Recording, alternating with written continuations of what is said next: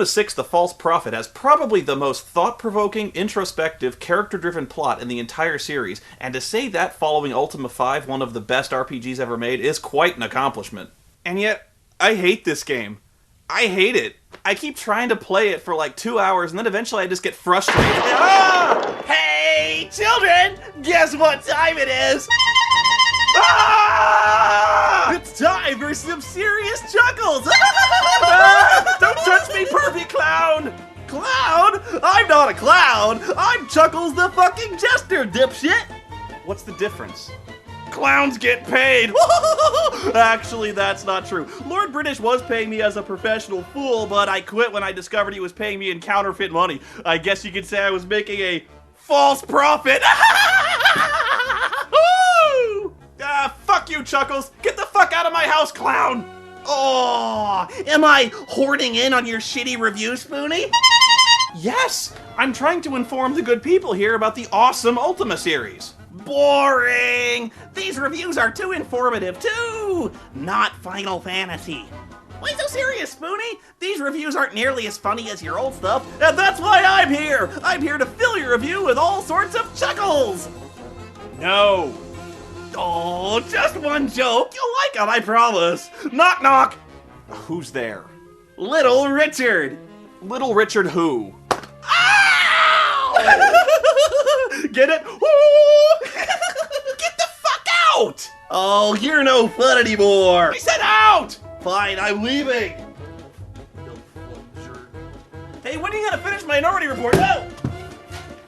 Right away, when you boot this game up, it feels like something really special is going on. The music is memorable, mysterious, and haunting, and it raises a real sensation of alien terror and fear of something truly dire about to happen.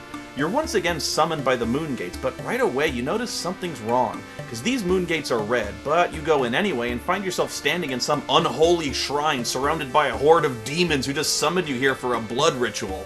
They strap you to a stone slab and start chanting from a book as the biggest, scariest one raises a knife to cut your damn heart out. But just in time, your old companions interrupt the ritual and shoot the high priest in the back of the head with a crossbow, and you make your escape back to Britannia. Once you get there, Lord British tells you that demons are pouring out of the underworld and have captured all the shrines of virtue, and are tearing the land apart searching for something or someone. He tasks you with killing the Hellspawn and freeing the shrines, but you can tell there's something more at stake since the ritual book the demon was holding has you on the cover, and you're fairly sure it's not fanfiction. See, they're not evil, they're just desperate. Their homeland's dying, falling apart ever since some self-righteous surface dweller with a huge cross on his chest kicked the door into their most holy temple, killed everything in sight, and stole their most righteous holy book, the Codex of Infinite Wisdom. Oh, right. Yeah, sorry. This all used to be so simple, you know? Being the Avatar, just be a nice guy, champion of the downtrodden, slayer of evil. But now you've brought doom to an innocent race of people whose only salvation is a holy war to reclaim their most holy artifact, which, let's face it, you flat out stole from them. Bottom line, this is your fault, even though I personally blame Lord British, you know? I mean, hey, he told me to do this shit, it wasn't my idea. And Lord British sure as hell ain't giving the Codex back now, being the racist prick he is. There may not be a way to save this situation, and the only way to appease the gargoyles is to give yourself up for the crimes you've committed, to die for the sins of your race.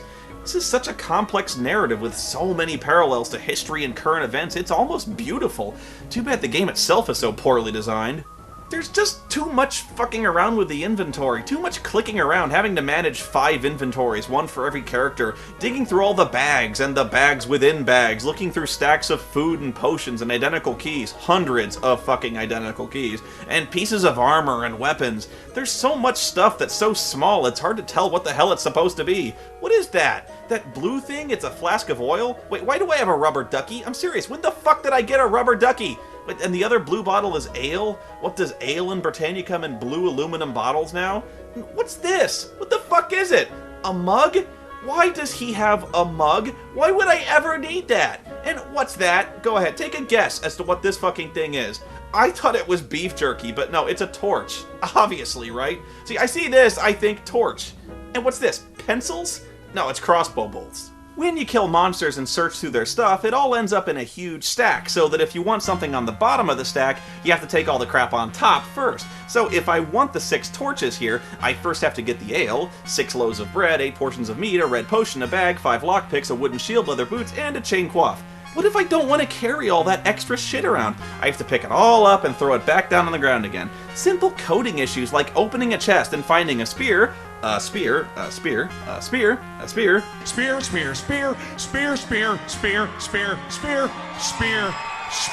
Why not just say, thou dost find a fuck ton of spears? I mean, it counts the gold coins, it doesn't list every gold coin individually. What if I wanted a throwing axe here? I need to pick up a spear. God damn it, who carries this many spears anyway? And I hate the music. Yeah, I know I said I liked it before, but here it's just hours and hours of the same repetitive MIDI tunes. And most of the time, the music doesn't even match what's happening in the game at all. Like when I'm trying to retake this shrine from the bloodthirsty gargoyles, and for some reason I've still got Hail Britannia screaming through the speakers. The music changes immediately on unpredictable cues, going from one song to the next so fast I get auditory whiplash.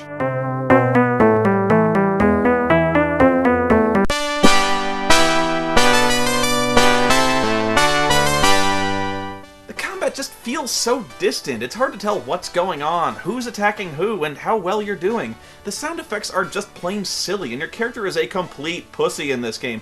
You're supposed to be the Avatar, and here I am getting my ass handed to me by ROUSs. I mean, it says giant rats, but I can barely see them on this tiny-ass screen. These tiny brown sprites on brown mud. In fact, I immediately got poisoned by these little bastards, and I had to run all the way back to Lord British to get healed. But guess what? The dude's asleep, and there's no way to fucking wake him up! LB! Hey, come on! It's me, the Avatar! I got rapid onset Black Death from the rats in your goddamn sewer! I'm dying, you fool! Don't you care? Don't you even care? What is with this guy? Douchebag could sleep through a nuclear bomb! Well, he won't wake up till morning, so I had no choice. I just had to wander off and eventually die horribly of disease sitting on Lord British's freaking throne. Maybe when he wakes up, he'll notice I filled his fucking chair with my own evacuated bowels when I finally died a horrible, clenching, oozing death of the fucking Motaba virus, shithead. I seriously got fed up with the size of the screen here too. I can't see anything half the time in this game. The overhead view takes up less than half the screen, which is the way it's always been, I know, but now you have to contend with the fog of darkness, which is what really annoyed me about this game more than anything. Now I can barely see 10 feet in any direction without a torch or a light spell. And no, I'm not complaining that it's dark at night. I'm not an idiot, but I can't even see in what should be well-lit areas of Lord British's castle. Throw me a bone! I don't know, the ending just seems way too convenient for me. You discover that the Codex really comes from outer space, or some weird astral plane called the Vortex. It's just floating around out there, and I have no idea why it's there, or who made it, or how anyone knew to look for a magic book floating in the Vortex. It just sounds dumb and made up. Did God write it? Lord Xenu? You can't just make this shit up, you know. Well, you finally appease both peoples by getting a magic thing called the Vortex Cube, which just exists because shut up it does. You load the Vortex Cube with the Stones of Virtue, and that beams the Codex back into space. And then you make magic lenses that the kings of both races have to use together to see in the Vortex to read the Codex. I don't know, it's stupid. I got a real problem with this for some reason. It's just too neat and tidy. Lord British is still a racist prick who was unwilling to compromise, and the gargoyles never even attempted diplomacy, skipping straight to the jihad and murder. You're forcing them to cooperate, solving none of the underlying racial tensions or ideological differences. It's just coercion. And oh yeah, the gargoyles learned a completely different set of virtues from the Codex than you did. Control, passion, and diligence. And what chapter of the book was that? Did I never finish reading the fucking thing? Is it in the index somewhere? Hey kids, guess what time it is? Ah! Not a fan of you six. You think it's lame? Well, why not try a new game? I call it The Game. Oh, original. And you just lost. What is this? Like some game on the internet where you lose by... It's not on the web, and you just lost again. Ow! Fucking... It's a game of words, Spoon. Hear me well. No, I think this game sucks way worse than Ultima VI. Oh, but Spoon, you did not tell them the best part. You get to talk to me. Oh yeah, you actually get to talk to fucking Chuckles in this game, who tells you some really stupid and pointless jokes, but that's not the best part. The best part is when I brought a cannon into the courtyard, shot Chuckles in the face with it, and hid his body in a trunk in Lord British's bedroom. Now that was funny.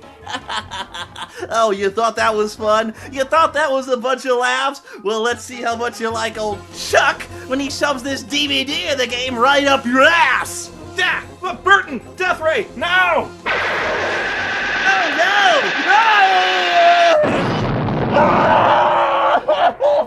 Oh! Yeah, you know, he's right. I never did finish Minority Report. It kind of makes me wonder what else I forgot to review.